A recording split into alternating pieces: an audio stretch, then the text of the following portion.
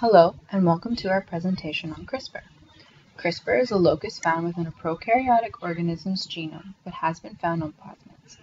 CRISPR is an acronym for Clustered, Regularly Interspaced, Short Palindromic Repeats. Cas are CRISPR-associated proteins. The Cas genes flank the CRISPR locus. They code for proteins used for expression, interference, adaptation, and ancillary purposes. PAM stands for Protospacer Adjustment Motif.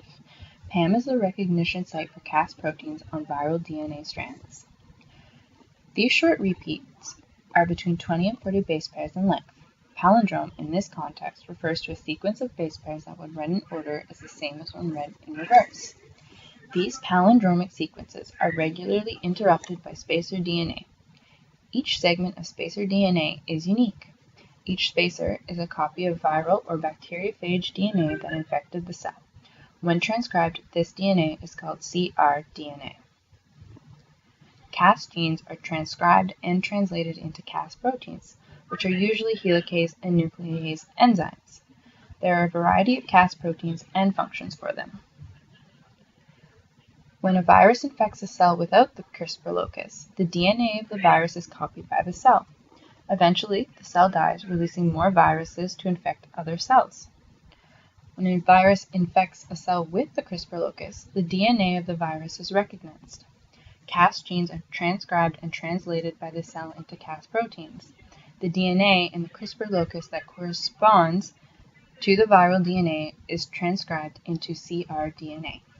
The cRDNA is used by the Cas protein to properly cleave the invading viral DNA. If the viral DNA is unknown to the cell, it will transcribe and translate the Cas1 protein. Cas1 will copy the unknown DNA into the CRISPR locus before cleaving the DNA. There are multiple applications for CRISPR, such as genome engineering. Genome engineering is the assembly of complete chromosomal DNA. This is derived from natural genomic sequences. This is a top-down and global approach to synthetic biology. Genomic editing is usually carried out with the type 2 CRISPR. The CRISPR often uses plasmids to target cells by transfection. The cRNA will need to be redesigned for every application. The cRNA is the sequence that the Cas9 uses to bind and identify the DNA. The cRNA has to bind where you want the editing to take place. The design template is also redesigned for each application.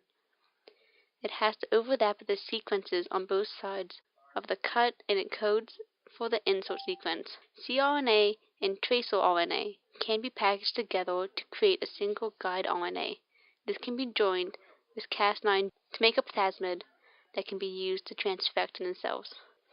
The CRISPR offers a simple construction and high fidelity. The Cas9 proteins can select the correct location on the genome by using the sequence to bond with the base pairs on the DNA. Since the sequence is not a part of the protein, which is Cas9, it can be customizable and can be independently synthesized. Once everything is assembled into the plasmid and the cells have been transfected, Cas9 will find the correct sequence in the cell's DNA with the help of cRNA.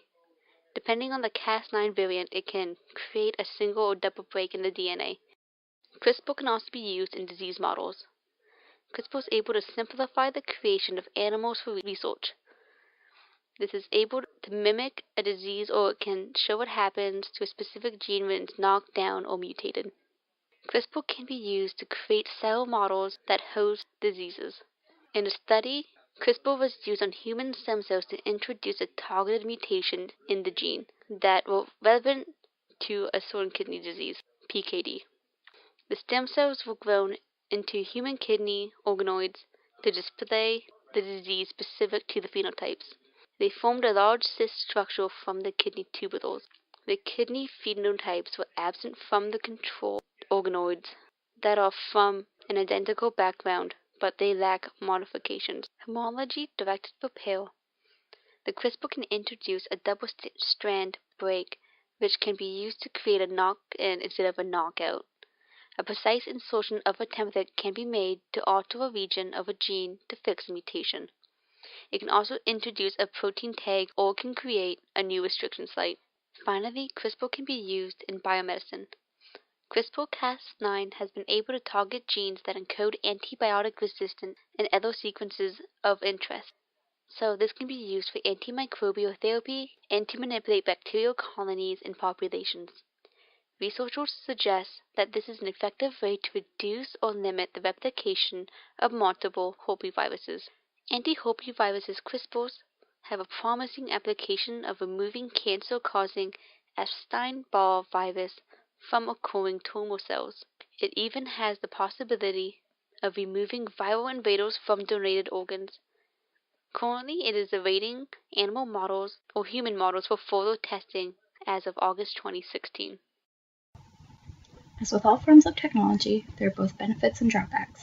Benefits of CRISPR include that it is efficient, it is a simple process, and it is cheaper than other gene editing technologies.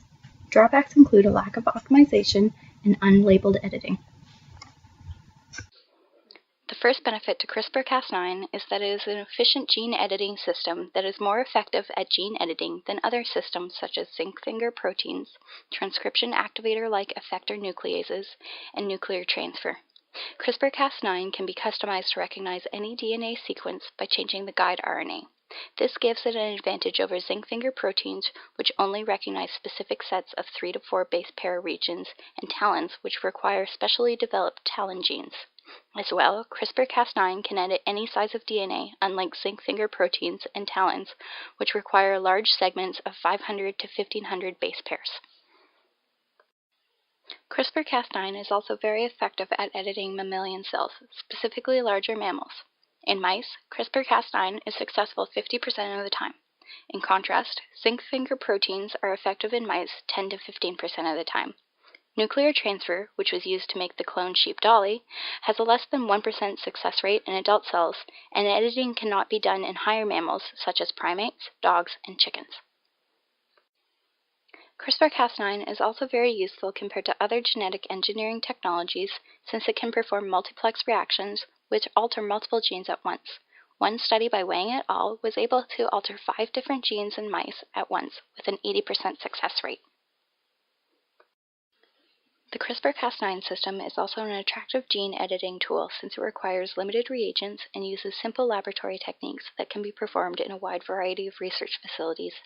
The main reagents in CRISPR-Cas9 are the guide RNA, Cas nucleases, and the sample you wish to edit. Currently, many large scientific suppliers such as Sigma Aldrich and Thermo Fisher offer reagents and kits for CRISPR-Cas9.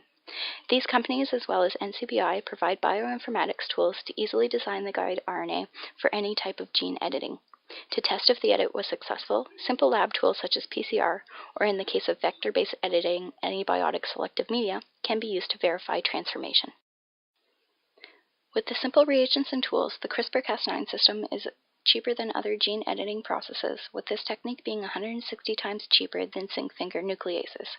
CRISPR-Cas9 does not require many expensive reagents and can be as cheap as $30 US.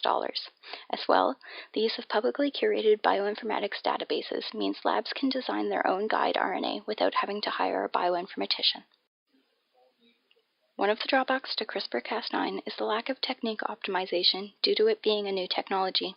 This lack of optimization can cause off-target mutations, which happens when an unintended part of the gene is edited, or an off-target DNA cleavage, which happens when Cas9 cuts at the wrong position. Ensuring the guide RNA has at least 3 mismatches with other sequences within the sample can reduce the amount of off-target mutations and cleavage. As well, concentration of Cas9, guide RNA, and DNA can have an effect on off-target mutations and cleavage, but these concentrations are still being optimized. Another drawback is that CRISPR-edited genes are unlabeled and cannot be traced like other gene editing methods. This lack of labeling can make tracking successful modifications difficult and may cause ethical concerns. Since the recent development of the CRISPR technique, the ethics of genome editing involved has been discussed now more than ever.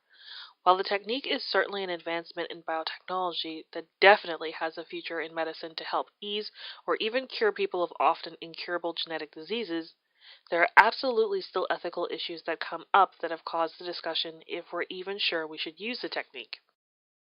One major topic is, of course, whether or not we should use the technique, and if so, in what circumstances. Should it only be used in life-threatening circumstances? If not just in that case, then to what degree do we allow the practice of the technique? One study in China is treating lung cancer with the CRISPR technique. The main concern with this is the issue of the creation of certain genes or mutations with as of yet unknown expressions, side effects, or other diseases from editing that would appear in the current patient or future generations, such as converting sickle cell anemia to beta thalassemia with the possibilities of accidental editing of non-targeted genomes. As this technique progresses, more ethical concerns will pop up and will have to be addressed along with these. CRISPR is an exciting new technology with many possibilities. We hope you enjoyed this presentation.